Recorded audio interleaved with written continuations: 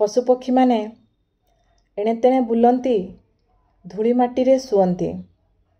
खूब अपरिष्कार थाए सेमानक चमड़ा, किंतु सही चमड़ारू आमे पर्स जोता बेल्ट तैयारी करी व्यवहार करूँ। सेई चमड़ारू वाद्ययंत्र मध्य तैयारी करा जाए, आमे जहाकू मंदिर रे मध्य व्यवहार करिथाउ।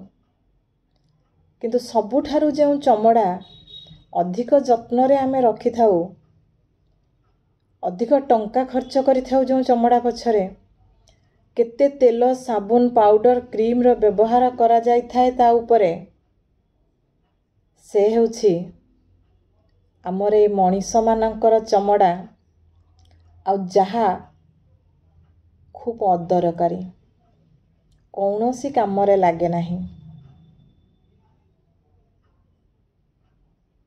एथिला पूज्य गुरुजी परमहंस प्रज्ञानानंदंकर प्रवचन कार्यक्रम रे दुईपद कथा जहाँ मु आपणक सहित आज बांटुछे।